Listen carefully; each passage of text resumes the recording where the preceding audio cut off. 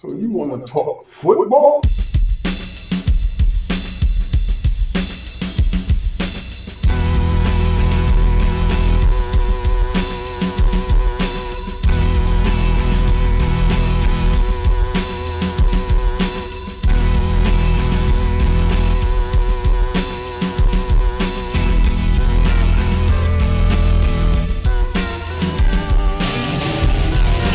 Welcome to Black and Gold Forever, the podcast for Steeler junkies.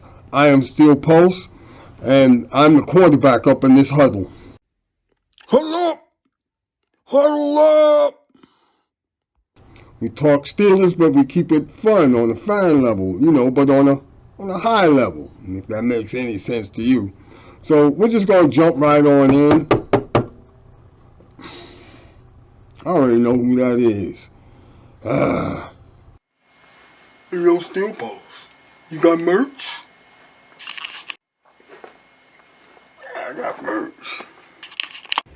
It's easy as pie, man. Just check the link in the comment section below. You'll be able to check out the website. You can check out my EST brand, which sponsors this program. So just check out the website down below, man. No need to interrupt the broadcast ever again. What's good, Steel Nation, in particular, the Steel Pulse group. It's your boy, the Steel Pulse. Welcome to Black and Gold Forever. And I feel good to be back, sitting in the booth in my man cave, rocking my Jack Lambert, ready to talk some Steeler football. Hey, listen, I've been missing for a couple of, really one season. It's my first season back. Last year I started back on the mic, talking a little Steeler ball, and then I wound up having to have surgery. I survived that. Sound a little funny, but it's still the same old me. Steel Pulse gonna come on here and give you the scoop without the poop. That means I don't cuss, I don't have to. I can talk junk without all of that. And again, welcome. I want to say hello to everybody out there that's with the Steel Pulse group. I want to say thank you, first of all, for everybody that participates and comes on the page and throws up really nice content, keeps everybody excited about our world-famous football team, the Pittsburgh Steelers, the greatest team of all time. Got six of these. Yeah, so and we're trying to get that seventh this year, baby. So let's get it cracking and let's start talking some ball. Now, I want to say that I watched the game, and we got that W. Yes, indeed. Believe that. We got that W. We went against the Atlanta Falcons this afternoon. And I'm not going to say, look, I'm not a Steeler basher. I will never bash my squad. I don't bash our coaches or our players. I don't believe in that. I played myself, and so I understand what it's like to be an athlete, what it's like to be a coach. And I would never talk unnecessary nonsense about any of them because it's very hard to be a football player in the National Football League. And so I have much respect for that. But I will say this though, I do live honest critique. And I do say things and I try to be fair about it. Now I will say this, we got that W today, alright? But I wasn't overwhelmingly impressed with how we got the W. And I'll tell you a few things about why I feel the way that I feel. First of all, the Atlanta Falcons, I don't know, I've heard people say, well, they had high expectations for that team. And I really didn't. I don't really see where they're that well constructed the way I should have walked into that ball game, assuming that we were at a disadvantage. I just don't see it. I know that our defense added some pieces that make us even more elite than we were in the first place. And last year, we were really good on the defensive side of the ball. What I wanted to see today was how the offense was going to come together. What kind of, cohesiveness they were going to be able to exhibit to put together a nice offensive package that we can enjoy and give us a foregleam today, a foregleam of things to come going forward. And I was looking forward to seeing Russell Wilson play. I tell you why. And the thing is I think that Seattle, they let Russell Wilson go for a reason, right? However, I thought that perhaps if he were in a different environment, had a different type of support system around him, especially on the offensive side of the ball, that he would be able to put together something really, really nice once he got to a team. I knew Denver wasn't going to work when they brought him there. I figured that. And then when they brought in Peyton, I knew that wasn't going to work anyway. But when we got him, I felt like we got something. And then we brought in Justin Fields. I said, okay, well, Justin Fields is he's a little battle tested, but he didn't show the propensity to read defenses and be anticipatory in his throws and things of that nature. So I said, well, maybe he'll get here.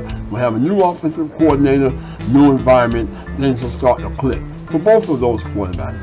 And I thought we had some other things in place. We don't have overwhelmingly great receivers, but they're decent enough. And George Pickens has a propensity to be a monster. So I said, okay, we'll roll with Russell Wilson. But he started out, he had a little injury in the first week. So that means Justin Fields got to come and start doing things like right away. All right. So I said, well, I don't know what we're going to see, because during the preseason, he was okay.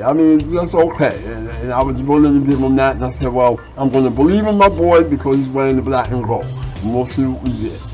And basically what you got was, he's kind of vanilla so far. I will say this, he is able to get out of that pocket from time to time and make some maneuvers and run the ball a little bit.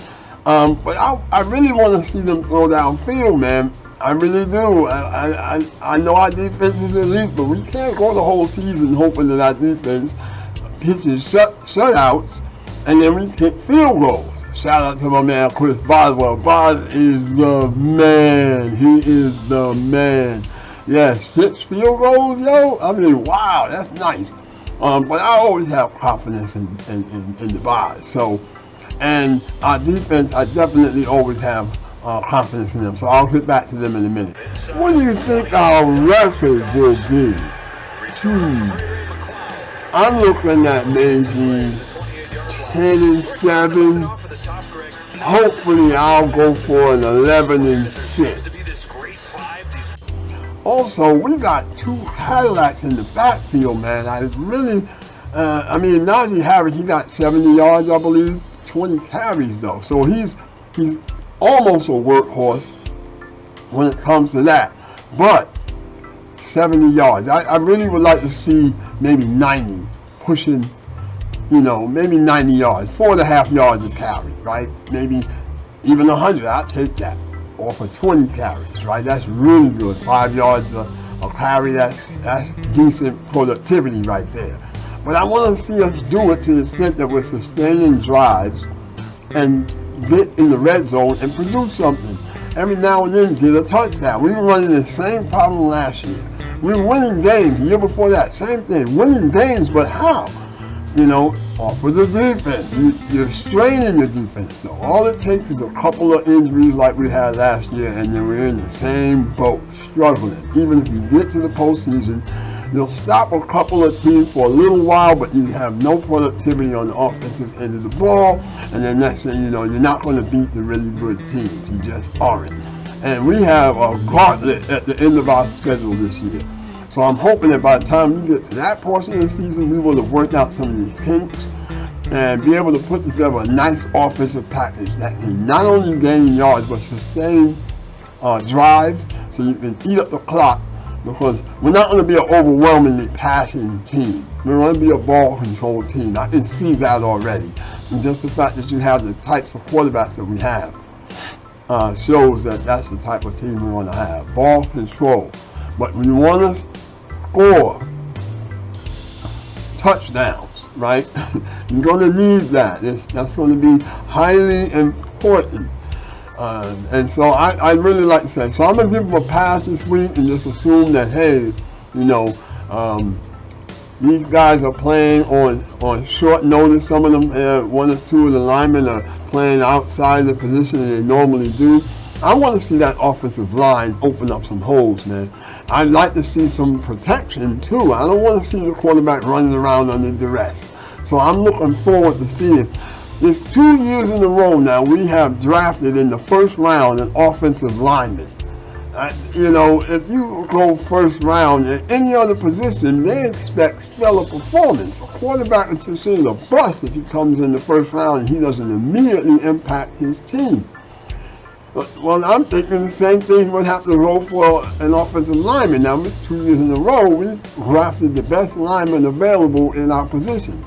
So I'm thinking that's supposed to produce a decent running game, maybe, and maybe our quarterback can, not have as many sacks or is under pressure as much as ours have been. So I was a little disappointed, with that aspect of our performance.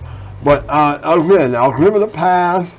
Well, anyone who saw the game will have to say, hey, look, it's one game. We did win, and so let's just move forward, see what we have. And as for the quarterback position, well, if Russ comes back, let's see if he can cook like he was doing maybe about 3-4 seasons ago. And then we'll be ready to roll. I'm happy about the fact, though, that we're the only team in the North that won. So we're in first place by default. And I hate the Bengals, I hate the Browns, and I can't stand those Ratbirds, and all of them lost. L's all across the board. We're the only team that did get a win. So I was happy about that. Now let's talk about that defense.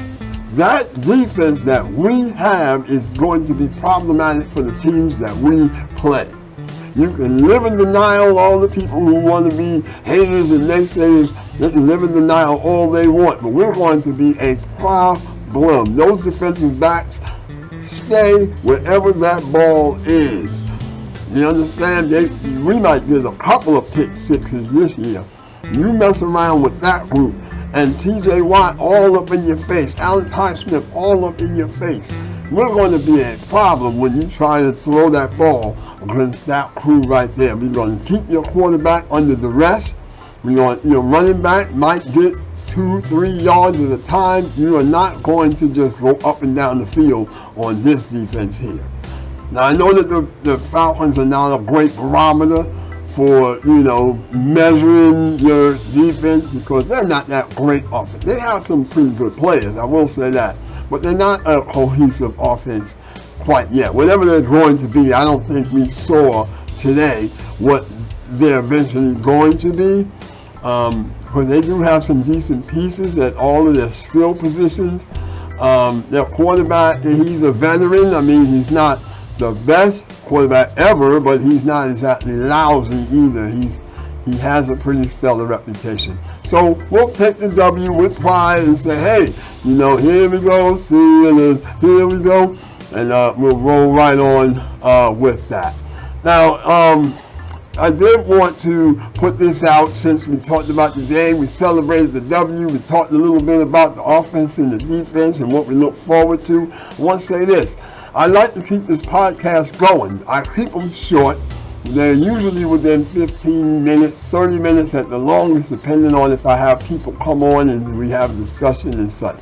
If I have any people that are volunteering and want to come in, chop it up, Zoom meet with me, and put some content out that people might be able to enjoy and just for giggles and laughs, please make comments down below and say, hey, I'm down. I got one already. My man Ramel, I think is his name, Ramel Edwards. He's in the group and he said he'd be down. He's a lifelong Steeler fan. I'd love to have you on. We chop it up a little bit.